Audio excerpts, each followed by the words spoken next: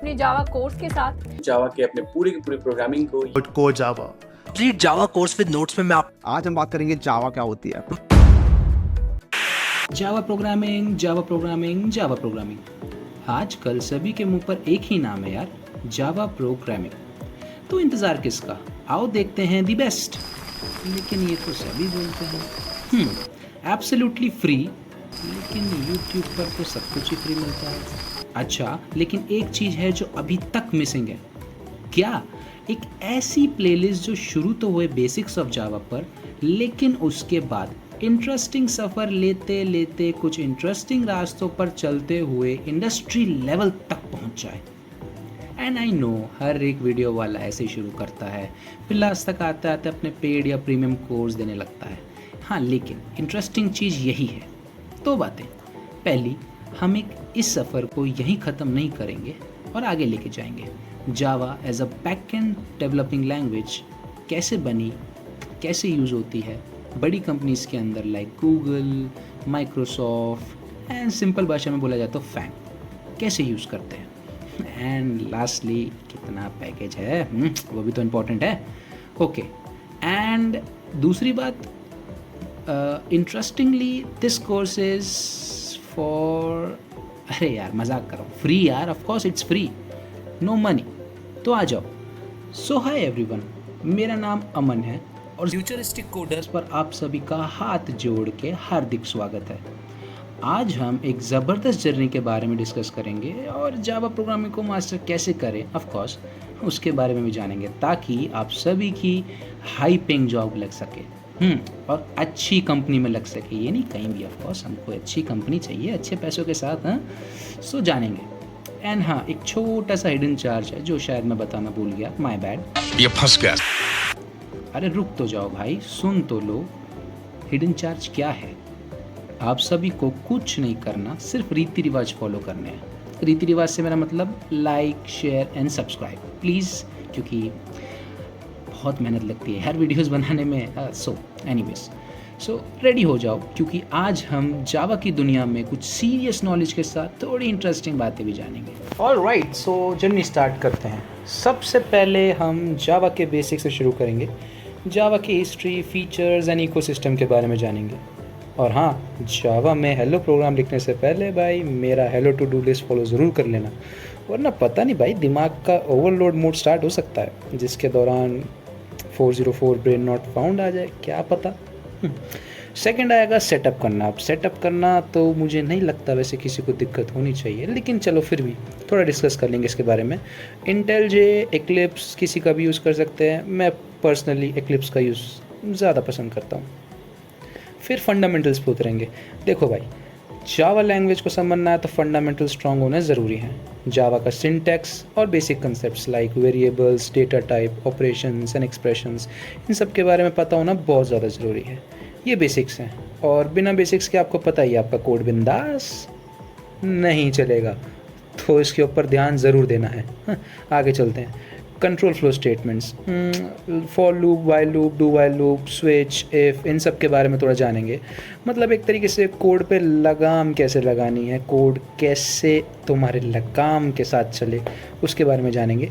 Methods and functions क्या होते हैं, ओवरलोड क्या होता है, बहुत ज़्यादा इंपॉर्टेंट टॉपिक है। रिकर्शन प्रो, बड़ी कंपनियों के अंदर कुछ ऐसे टॉपिक्स हैं जिसके अंदर रिकर्शन का बहुत ज़्यादा यूज़ होगा, सब कुछ जानेंगे।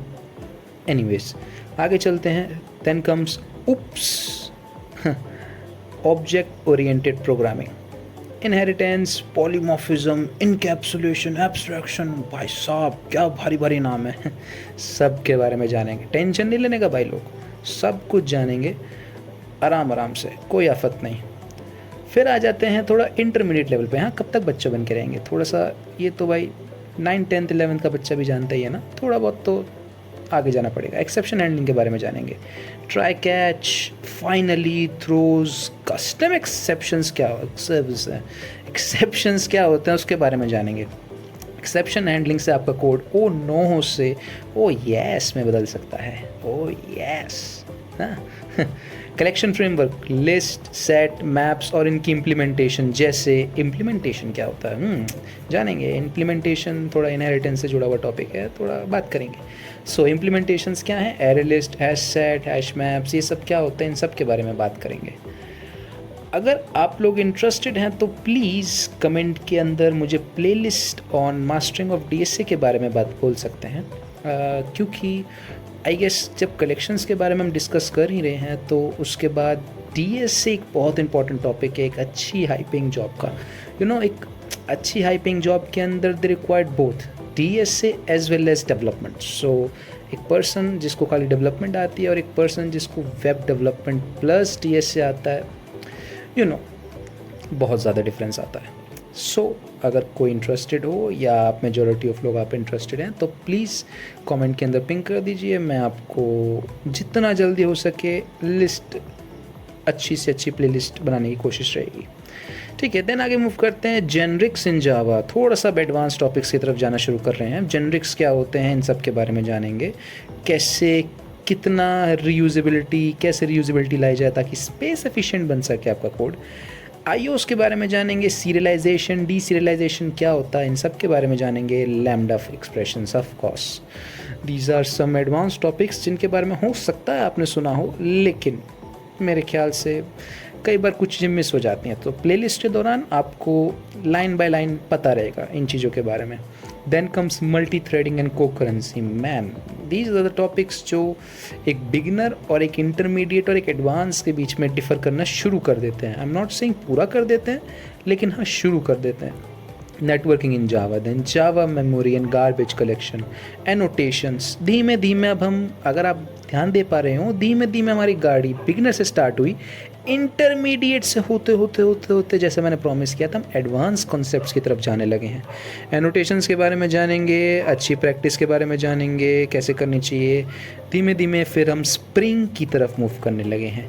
डिपेंडेंसीज क्या होती है, एनोटेशंस क्या होते हैं, यूनिट टेस्टिंग क्या होती है, जे यूनिट, मोकिटो, वाओ, इतना सब कुछ है भाई, कहीं नहीं जाना आपको। सब कुछ बेसिक्स ऑफ जावा से लेके बिल्कुल प्रोफेशनल बना दूंगा आपको मैं and absolutely free of cost. I am telling you, last तक कोई भी चार्ज नहीं होगा इस कोर्स का। कोर्स थोड़ा लंबा हो सकता है of course, because you can see भाई, देखो लंबी है प्लेलिस्ट, लेकिन ध्यान दो, अगर आपने पूरी प्लेलिस्ट कवर कर ली ना, आई एम गारंटीइंग यू कहीं नहीं गई एक अच्छी हाई पेइंग जॉब। ओके, ठीक है भाई, अब कहानी थोड़ी सी इंटरेस्टिंग होनी शुरू हो गई है। अब हम थोड़ा सा एडवांस की तरफ जाना शुरू कर रहे हैं। एडवांस से मेरा मतलब क्या है, डेवलपमेंट के अंदर थोड़ी देर पहले हमने डिस्कस किया था स्प्रिंग के बारे में। तो स्प्रिंग फ्रेमवर्क के बारे में थोड़ा सा डीप में जाएंगे अब हम, कैसे एक अच्छी you can say CRUD operations create कर सकते हैं हम स्प्रिंग बूट के अंदर, उसके बारे में जानेंगे। कैसे APIs कॉल करी जाती हैं, क्रिएट करी जाती हैं, मॉडिफाई, डिलीट, उन सब के बारे में जानेंगे।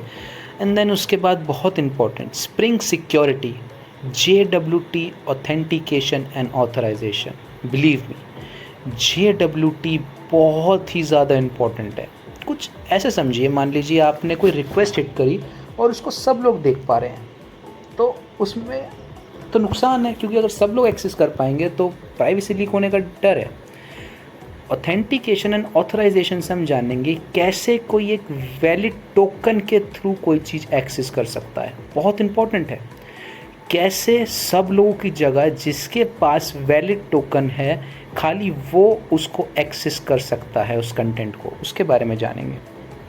And then of course microservices architecture, उन सब के बारे में तो डिस्कशन होगा। लास्ट तक आता है CI/CD पाइपलाइंस के बारे में ऑफ कोर्स डिस्कशन होना बहुत ज़्यादा ज़रूरी है भाई, ये भी काफ़ी ज़्यादा इंपॉर्टेंट टॉपिक है। एंड इन सब के ख़त्म होने के बाद मोस्ट यूज़फुल भाई, ये सब पढ़ने के बाद करना क्या है, ये सब पढ़ने के बाद एक अच्छा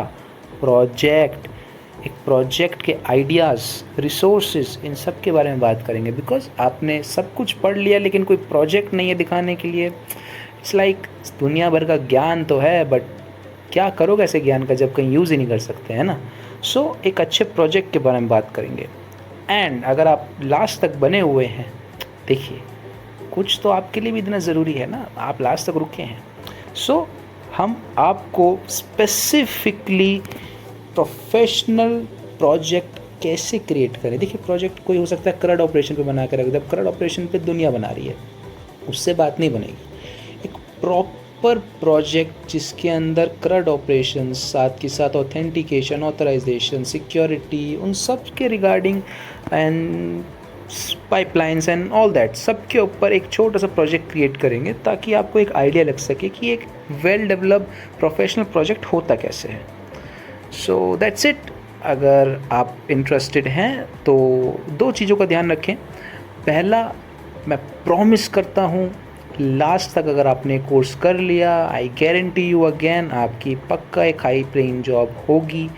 दूसरा, DSA, अगर आप स्पेसिफिकली DSA की एक प्लेलिस्ट चाहते हैं तो प्लीज़ पिंग करें, कमेंट करें, मैं 100% उसके ऊपर भी दिल से पूरा एक अच्छी प्लेलिस्ट क्रिएट करूँगा। Please like, share and subscribe करना ना भूलिए। यो